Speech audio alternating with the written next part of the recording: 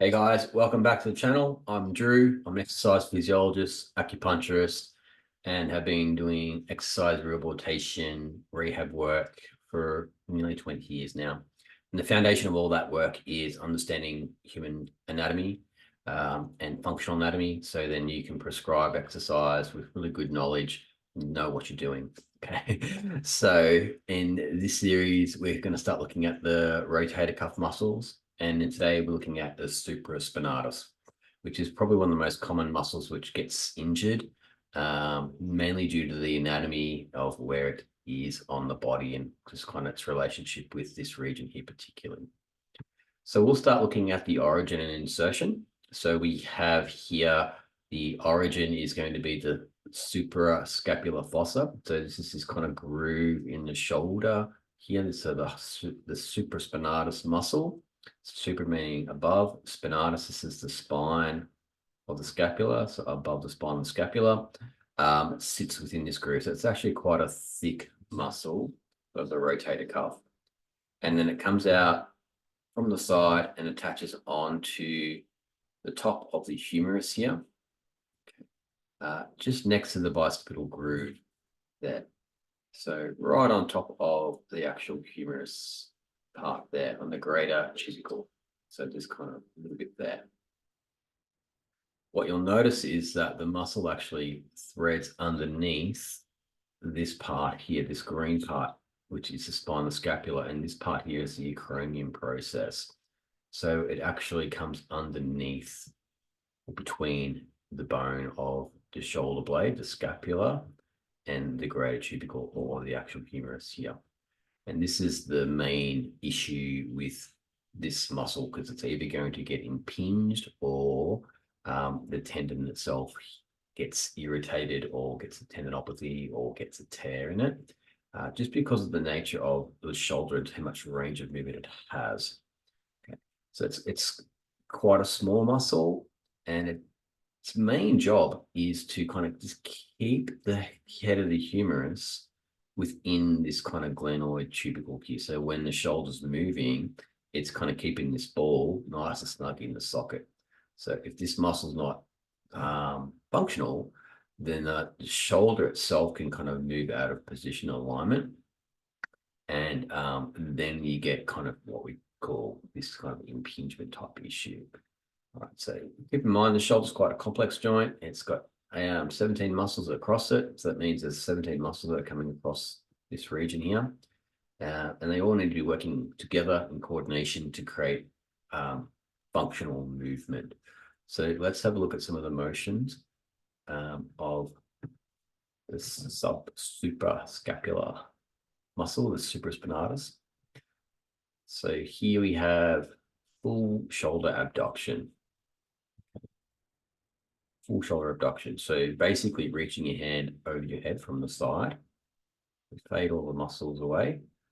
So we have zoom right in. So as you lift your arm out to the side, this muscle contracts and it keeps the head of the humerus in the socket here. So it's going to pull it up so it clears, so you get the ball kind of sitting right on top.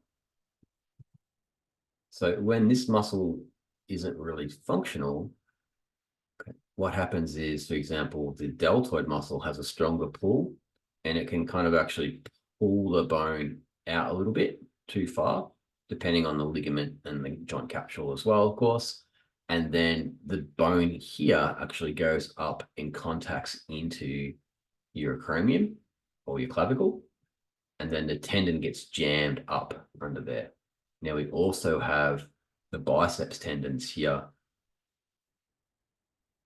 coming up through there. So if I take off the bicep tendon. So we've got here the long head of the bicep tendon as well. And we do biceps group, we'll go into some more detail. This one also gets jammed up because it's going right onto the shoulder blade.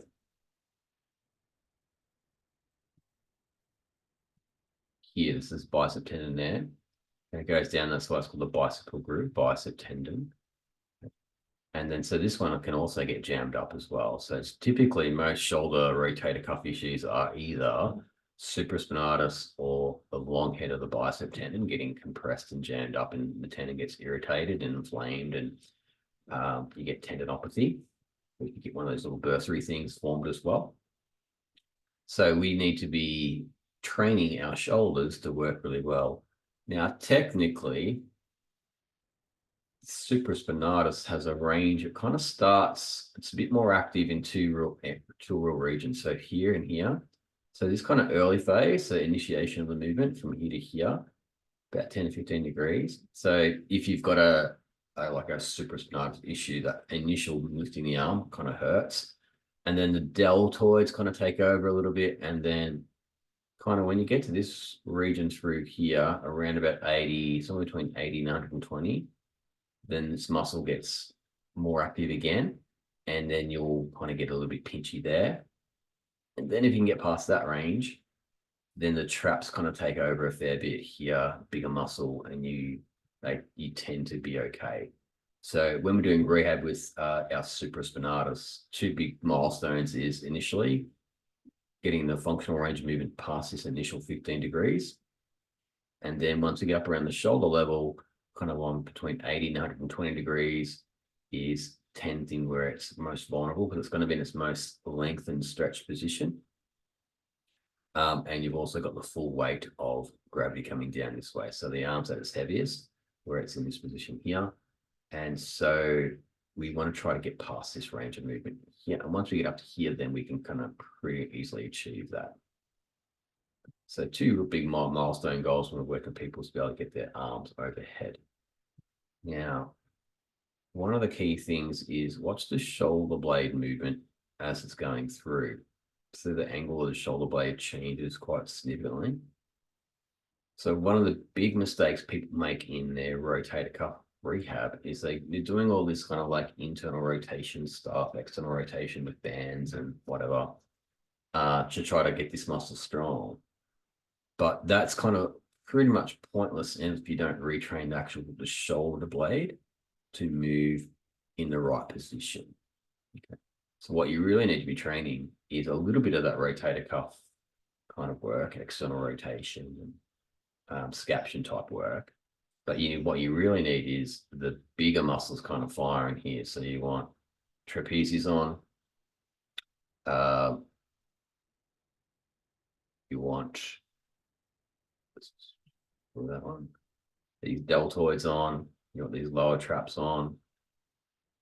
And you want the rhomboids, which aren't shown here, because they're the ones that are going to control this movement. So what you really want to focus on first is retraining shoulder blade movement before you worry too much about getting into the actual supraspinatus up in here. Okay. At least that's the approach I typically take when I'm helping people with their shoulder problems, is you want to restore the actual shoulder blade function first before you even really get stuck into the supraspinatus. The other thing you might want to do is get some manual therapy, some soft tissue work.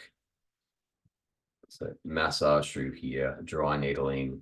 Okay, you can get some kind of needles underneath here into the supraspinatus. One of the really cool things with acupuncture or dry needling is you can kind of access in here, whereas with your massage therapy, you can't actually get past the two bones. So we've got some techniques there. That's important because you can get a lot of the adhesions and kind of knots in this region in the bone, because that's where it's going to be getting jammed up. So we can kind of get that muscle sliding and gliding, because when you get those adhesions, the muscles just don't contract correctly. And that's the advantage of massage therapy. Even though all health funds and things don't say massage is very effective, and certainly in like wet color stuff, they won't fund massage because they say it doesn't work, and that's absolute bollocks. Of course it works. It's one of the most popular therapies in the world. They're just trying to scam all their clients and not actually provide good therapeutic treatment. Okay. Yeah, the work cover companies definitely don't have their clients' best interests at mind, in my opinion. They're just looking to save their insurers a buttload of money. So anyway, I digress. So that's the supraspinatus. Okay, and the best way to train supraspinatus is not this kind of stupid little internal external rotation. You want to train this full range of movement. So you start with body weight, and then just bring your arm up above your head like you're going to try to bring your hands together, and then you bring it back down, and make sure you turn the hand as you're doing it. So the palm turns up, and then the palm turns down. And that turning comes from the shoulder blade, not the wrist. Okay. Shoulder blade, not the wrist. Cool. All right. And so that is the supraspinatus, a nice short little video today, but an important one. Okay. If you have any questions, comments, please leave them down in the comment section. And of course, if you haven't already, would really appreciate it if you could hit the like and subscribe. And yeah, even leave a comment, just let me know you saw a better video, and we'll see you for the next one where we'll look at the infraspinatus. Okay, we'll see you then.